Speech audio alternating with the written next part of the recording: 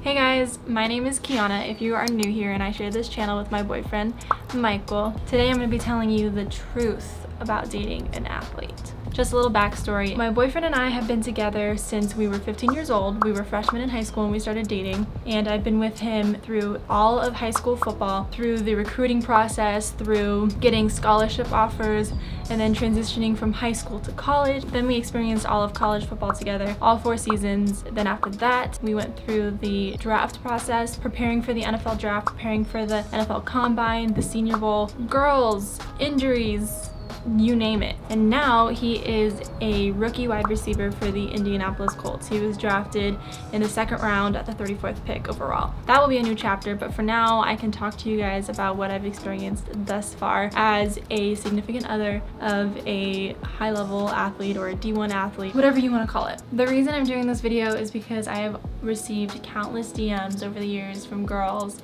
asking for tips or advice or whatever on dating an athlete, or their boyfriend is also a football player or a baseball player, or they just want relationship advice in general. So I thought I'd share my experience and tell you guys about what I've been through and what it was like for me, because I had no idea. I didn't have anybody to talk to. I didn't have anybody to ask advice from, or I didn't know what to expect. So hopefully this can give you guys some insight and you can see what it was like for me, and maybe this can give you an idea of what it might be like for you. Everybody's experience is different. Every man is different. Every man has different values and feelings and personality traits and all of that. So let's start with high school.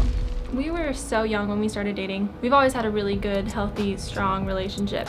We went to the same high school. We actually met in junior high, but we went to the same high school for our freshman year, and then he transferred to a private school because it was better for football. So if any of you guys are in a situation where you're dating a guy and he happens to go to a different school, I feel you. I've been there. It was actually really good for us because we just missed each other so much. So we would go the whole week without seeing each other, and every weekend it'd be like a priority to hang out. We never got a chance to get tired of each other or get annoyed with each other. So I really think the distance in that sense helped us. Michael didn't really get attention from colleges until his junior year. That is when the scholarship offers started coming in. And before that, nobody ever tried to get in between us in our relationship. But once the recruiting and the colleges, and he's all of a sudden the star player on the team, now all of the attention starts coming in, right? That is also when he started getting attention from other girls, which had never happened prior to that. So then it made us both think, we're like, there's like a pattern, like this can't just be a coincidence. So let me tell you about this one girl in particular, guys. So I would go to all of his games. I didn't go to my own high school's games. I went to his high school's games. It's important to support him and be there for him, and I love watching him do what he loves to do. So people from his high school knew me as his girlfriend. Once he started getting attention, this is when people would start coming up to me, and there was this one girl in particular who would always come up to me. The first time she ever came up to me, she was like, "Oh my gosh, you and Michael are so cute, Kianna. You are so pretty. I just think you guys are the great. I love you guys," whatever. And I'm like, oh my gosh, this girl is so nice. Like, she's just coming out of nowhere. She acts like she really likes me. She wants to be my friend, whatever. I was naive, guys. Naive. You can't trust anybody, which sucks, but it's the truth. This continued the whole season. She would come up to me at like every game and talk to me and praise me basically about my relationship, about Michael, about how much she adores me, about how pretty she thinks I am or whatever. And I just thought that she was like so nice. Anyway, so Michael had a jersey ceremony where the whole school was there, and it was this event that was solely for him and to congratulate and to celebrate him. And of course I was there, and after he was given his jersey and whatnot, people were taking pictures with him. So this girl is taking a picture with Michael at his jersey ceremony, and I didn't really care, you know, whatever, big deal. And then she goes, "Kianna, get in the picture." And I'm like, "No, it's okay, I'm okay." She's like, "No, come on, Kianna, get in the picture." So I'm like, okay. So then we take the picture, and it's me, my boyfriend, and this girl. And so I didn't really think much about it until a few weeks later. We find out that this girl had this whole Finsta and Instagram page, dedicated to my boyfriend Michael, which is so creepy, bizarre, and just weird. And it was all like pictures of him like from afar, completely zoomed in on his face with creeper obsessed with him captions like, "This is my husband and he makes me feel whatever." And then I saw the picture that we took, all three of us. She posted that and she captioned it, "The girlfriend and the mistress."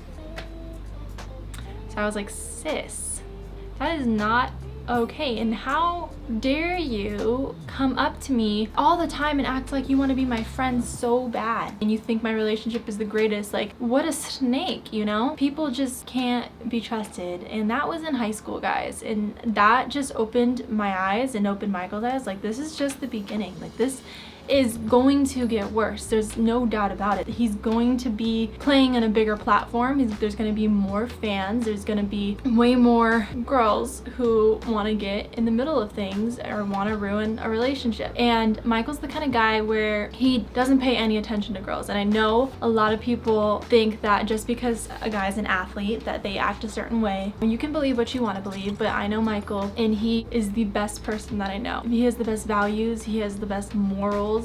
He's a good Christian. He values the people that he loves over anything. He doesn't like to go out. He doesn't like to party. He'd rather stay home. He would rather go fishing or stay home and play video games than go out with friends. Like, he's just not like that. If we ever went out to some social event, it's because I wanted him to, but it's not his thing. He just never puts himself in situations where something can go bad. That's just not his style. So yeah, so that was my first experience with a crazy girl who tried to get involved and break up my relationship, or I don't know what she wanted to do. So what I learned from that is you have to have a guard up. You can't be too eager to tell people things about your life. You have to stay somewhat private. Can't be telling people details, can't be telling them stuff about your relationship. Okay, so then when it came to recruiting in high school, Michael started getting his offers in, and what comes with offers is college official visits and unofficial visits. And if you don't know what that is, unofficial visits and official visits are when players in high school go to a college and visit. The whole point of it is for the school to try to get the player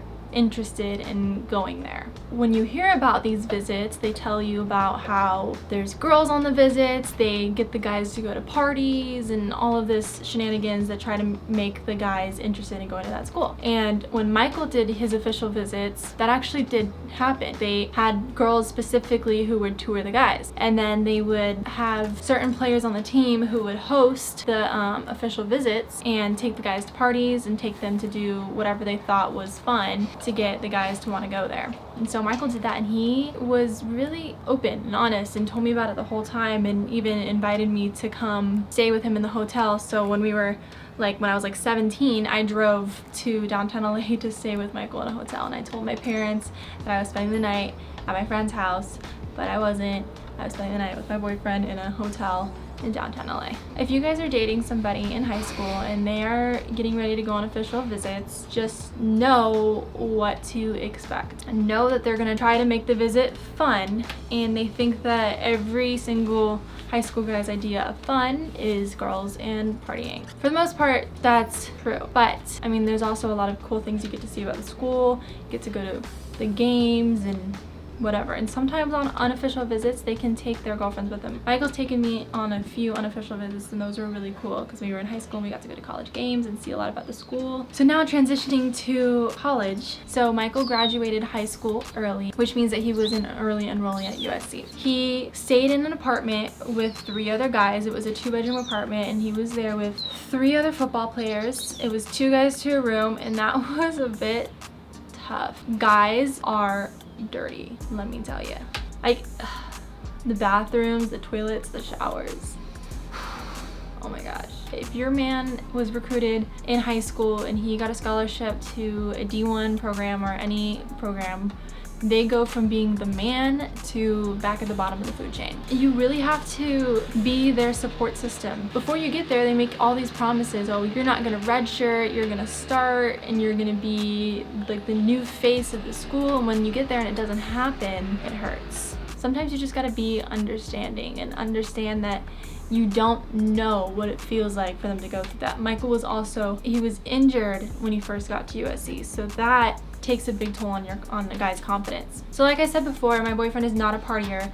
A lot of his teammates were, and they like to go out. A lot of his teammates actually had girlfriends, would be seeing a lot of other girls, and I would meet girlfriends, then I would also meet a lot of other girls. So even then, I was very uncomfortable with becoming friends with any players' girlfriends. Like, if I'm gonna become friends with somebody, I cannot not tell them about another girl. So I just had to keep my distance. We kind of just mind our own business. But from the roommates that he had and his friends and other teammates, majority of them were not loyal, and majority of them like to party. Majority of them like to do the stereotypical athlete things. Michael is not a stereotypical athlete, and I know you guys, and I know that you are going to disagree and say that all athletes are the same. Like I said, you can believe what you want to believe, but I know him, you don't know him. And that's that. And that's what you guys have to remember, is that you know your man. These other girls, these other fans, these people on Instagram and in your comments and DMs, and they don't know you. They don't know you guys. So you have to be confident in your relationship. You have to have trust in your relationship, and you have to communicate. Communication is such an important thing to have, guys. You have to be open. You have to be able to be willing to tell each other your feelings and what you're experiencing, and let them know how certain things make you feel when they act a certain way or if they do a certain thing, and you have to respect each other. That's what it really dwindles down to, is respect for each other. So once Michael secured his starting job, that's definitely when he started getting even more attention. That's when his Instagram following went up. That's when people started noticing him. That's when people started asking him for pictures and for autographs in public. It makes you feel good to see the person that you love succeeding in life. You want them to be happy. You want them to achieve all of their dreams and goals, and it's a really good thing. Sometimes though, I would kind of let it get to me when he'd be getting all of this attention all the time, and I worry, like, is his head gonna get too big? What if he's gonna change? I don't want my sweet, humble, amazing best friend, who's also my boyfriend, I don't want him to change, and I don't want his ego to get too big. What happens when girls start trying to talk to him again, and I don't know what happens when he's at school or whatever, blah blah blah. You can really get in your head about all of these things. It's really hard not to. So you kind of just have to be strong, and you gotta look into your relationship, see everything that you guys have been through. And again, this comes back to trust, respect, communication, all of that. Michael and I have had so many talks and have communicated and spoken about things that bother us both, and we both work to make sure the other one always feels comfortable. So we actually moved in together after his sophomore season. We found an apartment right by his school. He would ride his little scooter there every day. I'll insert pictures of our first apartment together. It was a dump. I'm gonna be real, it was a dump. He was living off of his stipend, and I worked at Whole Foods. I was going to school at a university that was like 40 minutes to an hour from USC. I would commute to school every day, and I would also go to work most of the week. So I was a full-time student, and I worked to pay rent and to pay bills and groceries. Michael was busy with school and football, and we didn't have a lot of money, but we wanted to live together. We made it work, and it was really exciting. We got our puppy. I'll insert pictures of puppy Bosco. He's right here. Come here. He's a big boy now who weighs as much as I do, or more. Oh, it just drooled on me. But yeah, moving in together, for a lot of couples, it can be hard, and it can make you realize a lot of things about the others that you didn't know, or that you come to find out that you don't like. But for us, it wasn't very hard. We were together all the time before this. So what was different was having to pay for everything and the financial side of things, which we learned how to do it. We learned how to budget. We were able to save up for vacations. And by the way, guys, we didn't really get help from our parents. We paid rent on our own. We paid our bills on our own. We paid for our groceries on our own. People think that just because Michael's dad played in the NFL for a really long time, that he always had a lot of money. And that's not true. Just because your parents were successful doesn't mean that they give you money all the time. You have to become an adult, and you have to learn to do things on your own. But that's what happened in college. We did things on our own, and we learned how to live together and balance our lives and school and work and football and spending time together, keeping a clean house, doing the laundry, raising a puppy, which is almost like a child. Honestly, I think it was one of the best things that we did. So we moved in together January of 2018. Since then, we moved into a nicer place. It was a little bit more on the not so nice side of town, but it was a new construction there.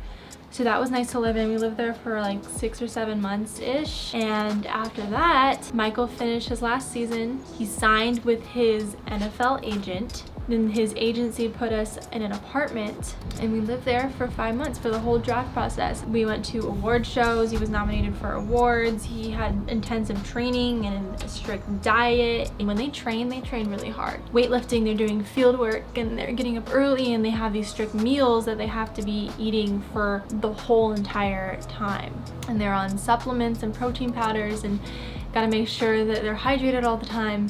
And then they got to be studying film because when NFL teams interview them, they need to know what's going on with the team. So that was also a big thing, is Michael was always doing interviews with NFL teams, always doing interviews with news outlets or doing different podcasts or interviews for an article or photo shoots. And they're just really busy. During that time, I was just there for him and supporting him and making sure that he feels okay, helping him with whatever he needs, and kind of just letting that time be about him because that's what he needed. That being said, the draft process was nerve-wracking. The combine was nerve-wracking. It's a lot of work for the guys. They're always busy. And then the draft was a super exciting, super emotional, super fun day. Michael was very hard on himself for not getting drafted in the first round. Anyways, after the draft process, we've now just been waiting to move to Indy. So now it's been a really long ride for us. We've been together for 7 years and we've experienced all of everything with the whole football process from high school to college to the pros. So that being said, I hope you guys enjoyed this video. I have to go. Michael's waiting for me. I need to drive him to one of his workouts. If you guys like this video, please make sure to comment and let me know if you want to see more things like this from me.